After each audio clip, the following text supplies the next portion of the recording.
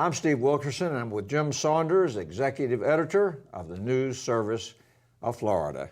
Jim, today begins a special session of the Florida Legislature dealing with Congressional redistricting.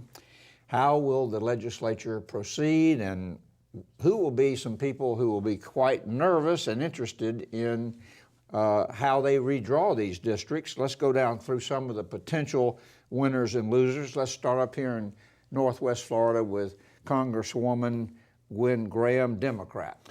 This has been one of the most discussed districts already. The legislative staff and attorneys have drawn up what they call a base map, which is what essentially the legislature is going to use over this next couple of weeks to come up with a plan. Gwen Graham's district gets affected heavily because of changes in Corrine Brown's district, which is going to pull a lot of Democrats out of Leon County. And she's, excuse me, but Congresswoman Brown is currently in Jacksonville. She is in Jacksonville. Her district goes from Jacksonville to Orlando now. The Florida Supreme Court basically said that was unconstitutional gerrymandering, essentially, and all but ordered the legislature to draw the district to go from Jacksonville out even past Leon County, out into Gadsden County to the west. By doing that, it would pull a lot of Democrats out of Gwen Graham's district, which is adjoining. Gwen Graham's base is in Tallahassee and Leon County, and by pulling a lot of Democrats out of that district, it would make it a far, far more conservative district for her to run in 2016. There's already a couple Republicans have said they're going to run for Gwen Graham's seat, which is Congressional District 2, I believe. One is a surgeon out in Panama City, which is a very conservative area of the district. His name is Neil Dunn. Also, there's an attorney named Mary Thomas here in Tallahassee that's going to run as a Republican. So they're already lining up, and that district is going to be, Gwen Graham's district is going to become a lot more conservative, a lot more Republican performing, and a lot more rural, which those are not good. If you're a Democrat from Tallahassee, those probably are not great signs for you. Well, Corrine Brown, current Congresswoman from that area, she's not just taking the Florida Supreme Court decision, which kind of prescriptively drew the district that is going into the legislature's base district map. She's not taking that lying down, is she? No, she's made clear she's going to keep fighting this. She wants to retain her district, which really since I believe it was the '92 redistricting, has gone from Jacksonville to Orlando. A large part of the theory behind her district, which is kind of strangely shaped and so on, is it picks up a lot of black voters and Democrats and allows, helps elect a black congressperson in that district. She doesn't want that to change, although the new district, which would go east-west out to Gadsden County, also looks like it would perform fairly well for a Democrat. And could help clear the way for a black Democrat to get elected. But she has already intervened in one lawsuit that's already pending, and also there's a lot of... That's a federal lawsuit. That's a federal lawsuit. There's also a lot of talk that she may file a lawsuit after the legislature gets done, and we actually see the results of this, the new maps. I mean, her argument is going to be that this will violate the Voting Rights Act.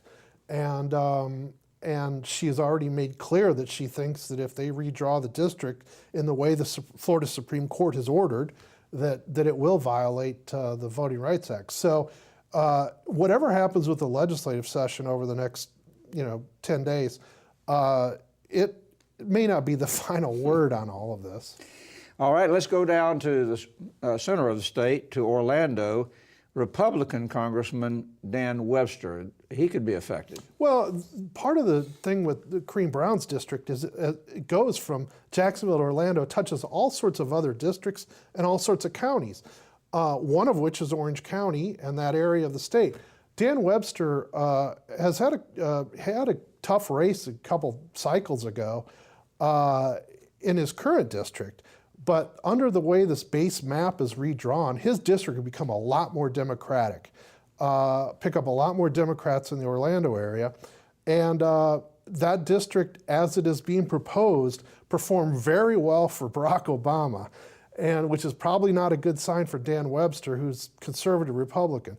The thing about Webster is he's been around for, 30, 40 years in politics, very well respected. Democrats respect Dan Webster generally, and but still, the numbers would go against him the way this base map is being proposed. We haven't heard how he would respond at this point. He may just be waiting for it to play out, and then he would make a decision. All right, we go down to Palm Beach County. You've got two Democrats down there in the Congress currently, Ted Deutsch and Lois Frankel. What are they going to do? Well, the Supreme Court ordered that their districts be redrawn, and the way this base map works, it would draw them into the same district. But they've already sort of made peace, I guess you could say. They put out a statement last week and said, we're not going to run against each other, but we are going to both run. We want to remain in Congress.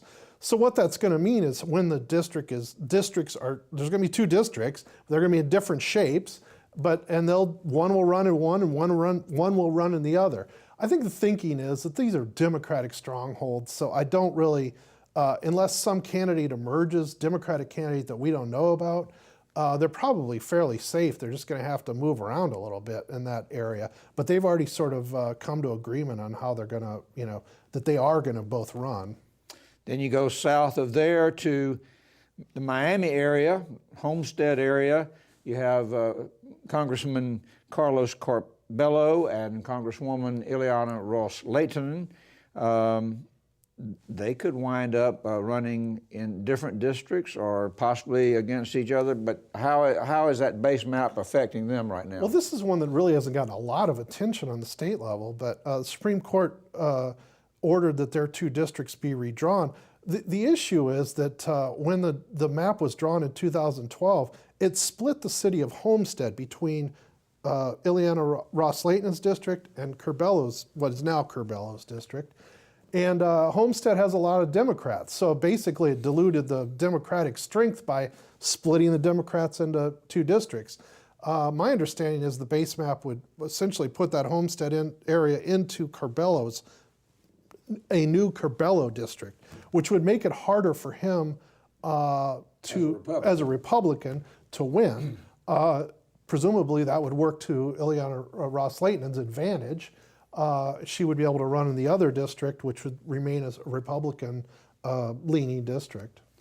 And then finally, David Jolly, Republican, and Kathy Castor, Democrat, in the Pinellas-Hillsborough area, they could be affected. Well, it's already taken a big effect, and the Supreme Court basically ordered, right now, the Jolly's district is sort of northern parts of Pinellas County. It performs well for Republicans, relatively well.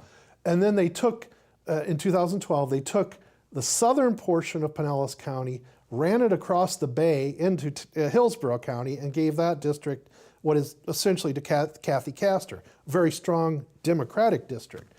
The Supreme Court said that was unconstitutional, and that the Jolly Pinellas County district should incorporate all the way down into southern Pinellas County. So happens there's a lot of Democratic voters in southern Pinellas County, including a lot of black Democrats, and all of a sudden Jolly's district becomes far more Democratic friendly. So Jolly has already announced that he's going to run for U.S. Senate. He's not going to try to defend that seat, which has also had the spinoff effect of bringing back Charlie Crist, who is from St. Petersburg and is going to run for what is now the Jolly seat, which will become far more Democratic. Kathy Castor her district will be more a Hillsborough County seat.